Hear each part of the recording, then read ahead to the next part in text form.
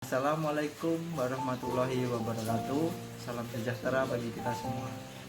Pada video kali ini saya akan memenuhi tugas mata kuliah Bahasa Indonesia. Nah, saat ini Badan Bahasa memiliki Trigatra, yaitu utamakan bahasa Indonesia, lestarikan bahasa daerah, dan kuasai bahasa asing.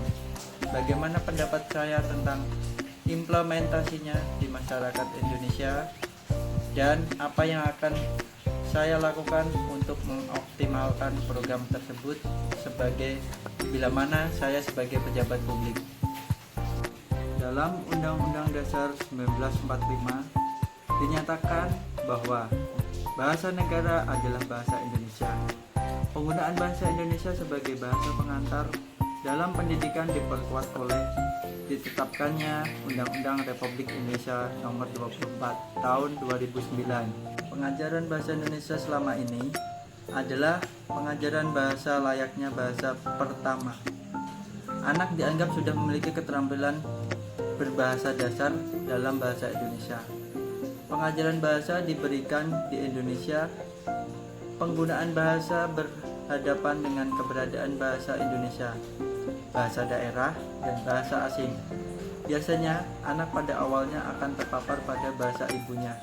Bahasa ibu adalah bahasa pertama yang dikenal oleh seorang anak melalui ibunya. Di Indonesia, bahasa ibu dapat berupa bahasa daerah, mengingat bahwa bahasa Indonesia memiliki lebih dari 600 bahasa daerah. Untuk melestarikan berbagai macam bahasa daerah, ada beragam cara, yaitu mempelajari bahasa daerah dengan giat dan tekun, menggunakan bahasa daerah dalam pergaulan sehari-hari atau pada kondisi non-formal, lalu tetap semangat untuk maju mempelajari bahasa daerah. Secara global, 2020 diprediksi akan menjadi Year of Language. Pada saat ini, dunia akan semakin mengglobal sehingga kita perlu siap sedia dari segi bahasa.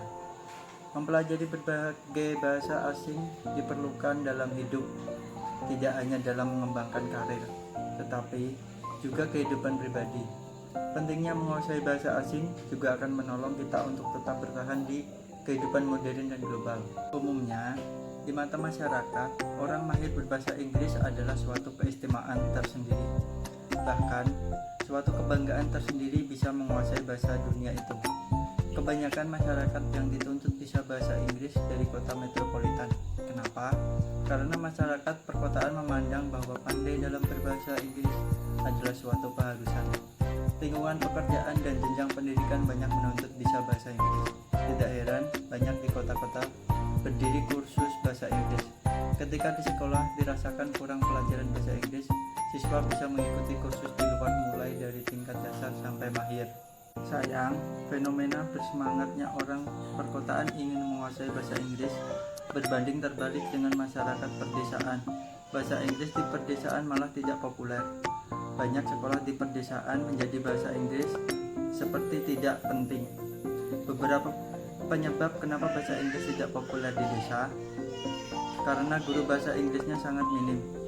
Justru banyak sekolah tidak memiliki guru bahasa Inggris atau tidak memiliki tenaga guru yang memiliki kemampuan berbahasa Inggris.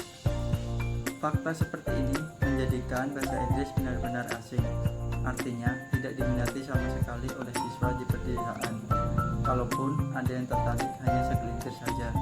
Di Indonesia, situasi kemampuan berbahasa anak-anak bervariasi.